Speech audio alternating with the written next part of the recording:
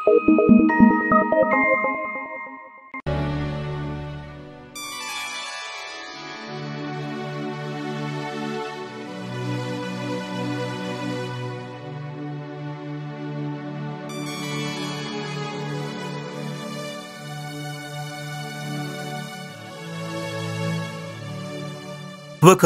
ఒక కారడవిలో ఒక పెద్ద చెట్టు మీద ఒక కొంగ కుటుంబం జీవించేది. అమ్మతో పాటు పిల్లలు కూడా ఉండేవి. ఆ అమ్మ రోజు గాల్లో ఎగురుతూ వెళ్లి పిల్లలకు ఆహారాన్ని తీసుకువచ్చేది.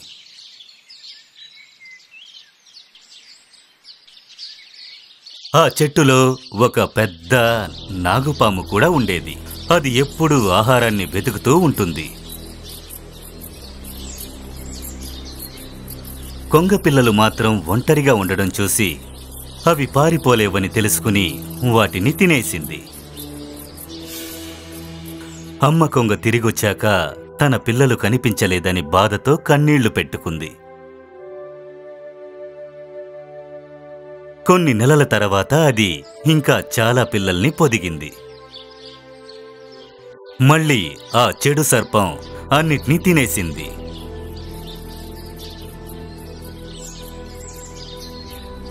అమ్మ కొంగ మనసు విరిగిపోయింది. దానికి కోపం ఎక్కువైంది. దగ్గర్లో జీవిస్తున్న పీతను కలిసింది. కొంగలు మామూలుగా పీతల్ని తింటాయి. మాట తోడుకి ఇది మాత్రమే నాకుంది అనుకుంది.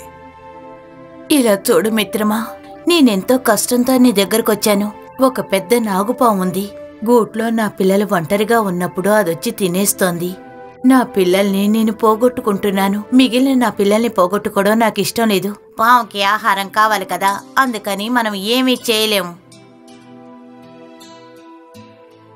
ఇలా చూడు, నువ్వు ఎలాగోలా నాకు సహాయం చేసి తీరాలి. నువ్వు తల్లివే కదా, పిల్లల్ని పోగొట్టుకోవడం నువ్వు మాత్రం సహించగలవా చెప్పు. నువ్వు తప్ప నాకు ఇంకెవరూ లేరు, సహాయం చెయ్యి. నేనెందుకు సహాయం చేయాలి? కొంగలు మమ్మల్ని తింటున్నాయి కదా. నేను సలహా చెప్తాను. పక్కనే ఒక ముంగీసుంది. పావున్న చోటు వరకు మాంసం ముక్కలు వేసుకుంటూ వెళ్ళావంటే ఆ ముంగీసొచ్చి ఆ పావును తినేస్తుంది. ఆ తర్వాత నీ పిల్లలకి ఏ ప్రమాదం ఉండదు. ఇదొక అద్భుతమైన సలహా. ఓ, చాలా థ్యాంక్స్. పర్వాలేదులే, వెళ్ళిరా. వెంటనే ఆ అమ్మ కొంగ మాంసపు ముక్కల్ని తీసుకువచ్చింది. ఆ ముంగీసు ఇంటి దగ్గర్నుంచి మాంసపు ముక్కల్ని ఒక్కొక్కటిగా విసురుకుంటూ వచ్చింది. ఆ పామున్న చోటు వరకు వేసుకుంటూ వచ్చింది. దాన్నస్సలూహించని ఆ పాము ఆ ముంగీసు దాడితో చనిపోయింది. పామును చంపిన ముంగీసు పైనున్న కొంగగూటిని చూసింది. వేగంగా ఆ చెట్టు మీదకెక్కి అక్కడున్న కొంగ పిల్లల్ని కూడా తినేసింది. కొంగ మళ్లీ తన పిల్లల్ని పోగొట్టుకుంది. ఎందుకంటే ముంగీసులు కొంగల్ని కూడా తింటాయన్న ఆలోచనే తనకు లేకుండా పోయింది.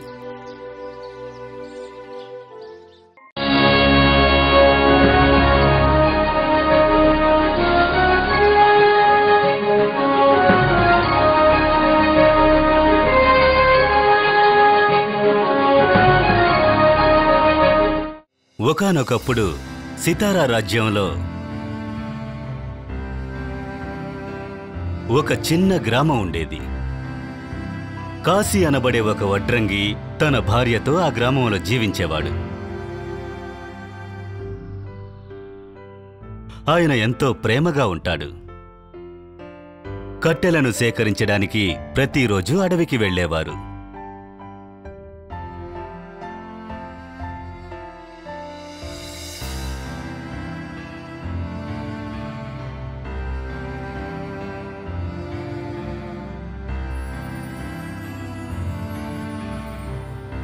ఒకరోజు అతను ఇంటికి తిరిగి వస్తున్నప్పుడు ఒక చిన్న పంది పిల్లను చూశాడు.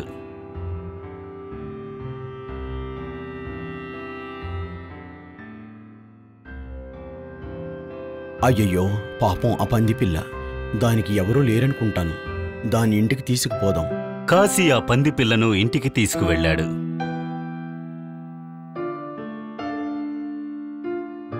ఈరోజు నేను నీకేమి తీసుకొచ్చానో తెలుసా? అరెరే పాపం, చిన్న పందిపిల్ల. ఇది మీకెక్కడ దొరికింది? నేను అడవిలో చూశాను. దీన్ని చూసుకోవడానికి ఎవ్వరూ లేరు. అది బాగా అలసిపోయి నిద్రపోతూ ఉంది. దానికి తినడానికి ఏదైనా ఇవ్వు. బాధపడకండి, నాకు కూడా దీన్ని చూస్తే జాలేస్తోంది.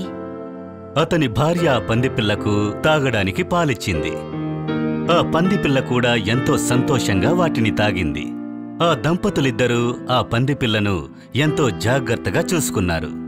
రోజులు గడిచాయి. ఆ పందిపిల్ల కూడా కుటుంబంతో కలిసిపోయింది. త్వరగా అది బాగా ఎదిగి చాలా పెద్దదైంది. తన యజమానితో ప్రతిరోజు అడవికి వెళ్ళేది. కొన్నాళ్లలో తన యజమాని దగ్గర పని నేర్చుకుని ఆయనకు సహాయంగా ఉండేది.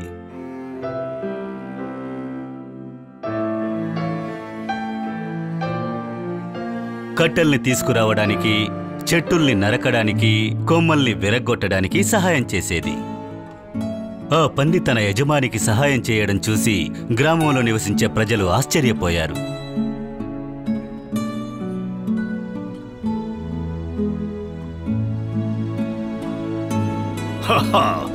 ఈ పంది తన యజమానికి భలే సహాయం చేస్తోంది.